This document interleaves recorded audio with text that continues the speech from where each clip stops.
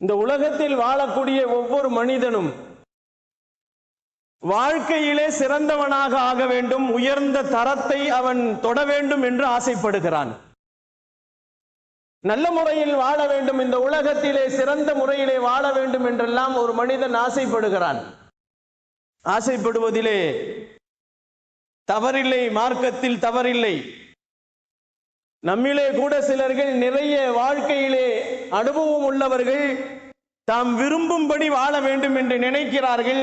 அதே போன்று தாங்கள் விரும்பிய வாழ்க்கையை பெற்றுக்கொள்கிறார்கள். சிலர்கள்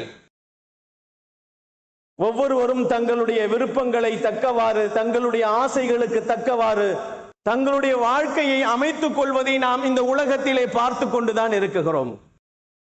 என்றாலும் மூமின்களுக்கு அல்லாஹு ஜல்ல ஷானஹு தஆலா இப்படித்தான் வாழ வேண்டும், மூமின்களுடைய வாழ்க்கையை அவர்கள் இப்படித்தான் அமைத்துக் கொள்ள வேண்டும் என்ற ஒரு வரம்புக்குள்ளே அல்லாஹு ஜல்ல ஷானஹு தஆலா அமைத்து வைத்திருப்பது ஒரு மூமினுக்கு அல்லாஹ் கொடுத்த மிகப்பெரிய பாக்கியம். அது நபிகள் நாயகம் ஸல்லல்லாஹு அலைஹி வஸல்லம் அவர்கள் சொல்லுவார்கள், மற்றவர்களுக்கும் மூமின்களுக்கும் வேறுபாடுகள் இருக்கிறது. வாழ்க்கையிலே உயர்வதற்காக வேண்டி அவர்கள் இந்த உலகத்திலே வாழுகின்ற நேரத்திலே தங்களுடைய விருப்பத்தை கொண்டு வாழ வேண்டும் என்று நினைக்கக்கூடிய மூமின்கள் ஆன்மீக வாழ்விலே உயர்ந்த நிலையை அடைய வேண்டும் என்பதை இஸ்லாம் சொல்லுகிறது.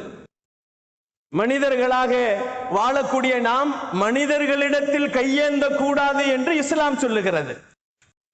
அல்லாஹ்விடத்தில் தான் தேவை உள்ளவர்களாக நாம் இருக்க வேண்டும், மற்றவர்களிடத்திலே தேவையற்றவர்களாக நாம் இருக்க வேண்டும் என்ற அற்புதமான விஷயங்களை வாழ்வியலிலே நபிகள் நாயகம் ஸல்லல்லாஹு அலைஹி வஸல்லம் அவர்கள் தேவைகள் அனைத்தும் பூர்த்தி செய்யக்கூடியவன் ரப்பு என்பதை ஈமானிய தன்மைகளில் மிக முக்கியமாக இஸ்லாமும் ரசூலும் நமக்கு சொல்லி காட்டுவார்கள்.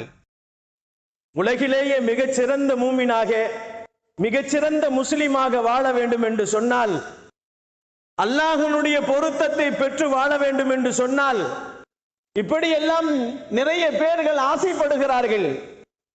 அதை அவர்கள் ஆசைப்படுவது மட்டுமல்ல, மூமீன்களாக வாழ வேண்டும் என்பதை பற்றி, முஸ்லிமாக வாழ வேண்டும் என்பதை பற்றியும், ஒட்டுமொத்தமாக அல்லாஹ்வினுடைய பொருத்தத்தை பெற வேண்டும் என்பதை பற்றியும் இந்த சமுதாயத்திலே மூமீன்கள் தேடிக்கொண்டிருக்கிறார்கள். எங்கே கிடைக்கும்? உண்மையான மூமினாக வாழ்வதற்கு நமக்கு என்ன வழி இருக்கிறது? உண்மையான முஸ்லிமாக வாழ்வதற்கு எப்படி செல்ல வேண்டும்? அல்லாஹ்வின் பொருத்தத்தை எப்படி அடைய வேண்டும் என்பதை இன்னும் மூமின்கள் தேடிக்கொண்டுதான் இருக்கிறார்கள்.